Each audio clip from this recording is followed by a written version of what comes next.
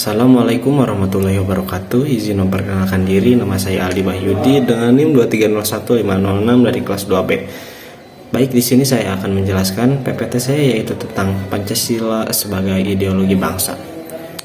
Yang pertama-tama, pengertian Pancasila, yaitu Pancasila adalah dasar negara dan ideologi Indonesia secara harfiah. Pancasila berasal dari bahasa Sanskerta yang berarti 5 prinsip atau 5 asas. Pancasila merupakan rumusan nilai-nilai yang menjadi landasan dan panduan bagi kehidupan berbangsa dan bernegara bagi rakyat Indonesia. Pancasila telah menjadi dasar filosofis dan ideologis bagi negara Indonesia. Sejak kemerdekaannya pada tahun 1945, ia juga dijadikan sebagai panduan dalam pembentukan undang-undang, kebijakan pemerintah, serta dalam kehidupan bermasyarakat. Pancasila juga menjadi bagian integral dari pendidikan di Indonesia, baik formal maupun non-formal. Latar belakang Pancasila. Pancasila tidak hanya dianggap sebagai dasar negara di Indonesia, tetapi juga dianggap sebagai sebuah ideologi. Ideologi adalah seperangkat keyakinan atau nilai-nilai yang membentuk pandangan dunia dan memberikan arah bagi tindakan dan kebijakan suatu pemerintahan atau masyarakat. Menurut Louis Althusser, ideologi adalah suatu gagasan yang spekulatif. Namun, tetapi ideologi tersebut bukan gagasan palsu. Dikarenakan gagasan spekulatif itu bukan dimaksudkan untuk menggambarkan suatu realitas, melainkan untuk dapat memberikan gambaran mengenai bagaimana semestinya manusia dapat menjalani hidupnya. Berikut adalah beberapa poin yang menjelaskan Pancasila sebagai sebuah ideologi. Yang pertama yaitu sebagai nilai-nilai dasar, yang kedua sebagai landasan hukum dan kebijakan, yang ketiga sebagai pandangan tentang hubungan antar manusia, yang keempat kesatuan dan kebinekaan, dan yang terakhir yaitu yang kelima ada sintesis lokal dan universal. Baik, di sini saya akan menjelaskan ideologi Pancasila dari 3 jurnal yang saya ambil, yaitu yang pertama adalah relevansi Pancasila sebagai ideologi terbuka di era reformasi. Dalam ideologi terbuka terdapat cita-cita dan nilai-nilai yang mendasar yang bersifat tetap dan tidak berubah sehingga tidak langsung bersifat operasional. Oleh karena itu setiap kali harus eksplisit dilakukan dengan menghadapkannya pada berbagai masalah yang selalu silih berganti melalui refleksi yang rasional sehingga terungkap mana operasionalnya. Berdasarkan dimensi yang dimiliki oleh Pancasila sebagai ideologi terbuka, maka sifat ideologi Pancasila tidak bersifat utopis, yaitu hanya merupakan sistem ide belaka yang jauh dari kehidupan sehari-hari secara nyata. Demikian pula ideologi Pancasila bukanlah merupakan suatu doktrin belaka yang bersifat tertutup yang merupakan norma-norma yang beku, melainkan di samping memiliki idealisme Pancasila yang bersifat nyata dan reformatif yang mampu melakukan perubahan. Ideologi Pancasila sebagai dasar membangun negara hukum Indonesia.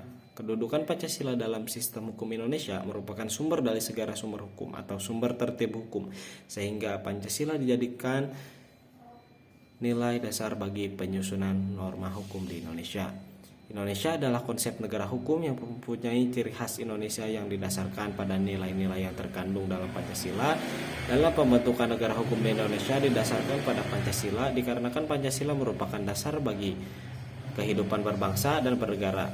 Jadi bisa ditarik kesimpulan bahwa negara hukum di Indonesia adalah negara hukum Pancasila. Selanjutnya yaitu ada perkembangan ideologi Pancasila pada masa Orde Lama.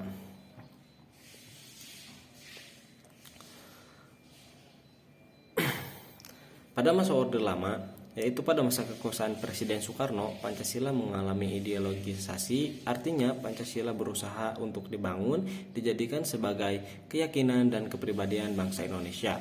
Pada masa ini Pancasila dipahami berdasarkan paradigma yang berkembang pada situasi dunia yang ketika itu diliputi oleh kekacauan dan kondisi sosial budaya berada di dalam suasana transisional dari masyarakat terjajah menjadi masyarakat merdeka.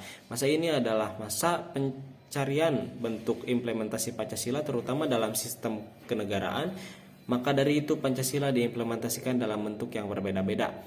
Pada periode tahun 1950 sampai dengan 1955, penerapan Pancasila diarahkan sebagai ideologi liberal yang pada kenyataannya tidak dapat menjamin stabilitas pemerintahan walaupun di dasar negara tetap Pancasila, tetapi rumusan sila keempat tidak berjiwakan musyawarah mufakat, melainkan suara terbanyak. Sistem pemerintahannya yang liberal lebih menekankan hak-hak individual pada periode ini. Kedua, ada perkembangan ideologi Pancasila pada masa Orde Baru. Rezim baru yang tampil di atas keruntuhan demokrasi terpimpin menamakan diri sebagai Orde Baru. Awal kehadirannya, Orde Baru memulai langkah pemerintahannya dengan langgam libertarian. Orde Baru telah menggeser sistem politik Indonesia dari titik ekstrim otoriter pada zaman demokrasi terpimpin ke sistem demokrasi liberal. Rezim Orde Baru dipimpin oleh Presiden Soeharto. Pada masa Orde Baru, pemerintah berkehendak ingin melaksanakan Pancasila dan Undang-Undang Dasar 1945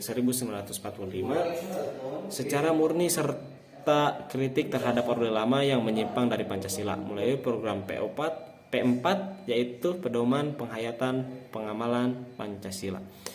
Perkembangan ideologi di masa reformasi. Setelah Indonesia berhasil lepas dari ikatan federasi, konflik ideologis di antara tokoh bangsa tumbuh kembali. Konflik ideologis yang paling menegaskan dalam sejarah yaitu pengkhianatan menyakitkan yang dilakukan Partai Komunis Indonesia atau yang disebut PKI. Tujuan PKI sangat jelas, yaitu merebut kekuasaan yang sah, dan apabila berhasil niscaya akan disusut dengan penggantian ideologi Pancasila menjadi komunis. Tuntutan reformasi yang digulirkan oleh rakyat di bidang konstitusi hampir tidak berjalan karena ketakutan terjadinya konflik ideologis yang mengarah pada disintegrasi negara. Pengalaman pahit yang ditelan oleh bangsa Indonesia di masa lalu telah cukup memberi pelajaran untuk tidak menyepelekan terhadap perbedaan ideologi. Kita masuk kepada perbandingan ideologi Pancasila dan ideologi dunia. Yang pertama ada ideologi komunisme. Tujuan daripada ideologi komunis bahwa negara atau masyarakatnya yang berperan sebagai penyedia segala macam kebutuhan warga masyarakat, namun realisasi ideologi komunis terhalang oleh kedaulatan yang dimiliki oleh setiap negara. Yang kedua adalah ideologi liberalisme. Ideologi ini berdasarkan struktur filsafat liberal atau liberalisme atau individualisme. Ideologi ini sangat mengagung-agungkan kebebasan individu di atas segalanya. Hak asasi manusia dijunjung tinggi dan dijadikan dasar dalam melakukan tindakan-tindakannya. Jadi semua orang mementingkan hak dibandingkan kewajibannya. Cukup sekian yang dapat saya presentasikan. Mohon maaf apabila ada kesalahan dan banyak kekurangannya. Mohon untuk dimaklum. Sekian, terima kasih. Wassalamualaikum warahmatullahi wabarakatuh.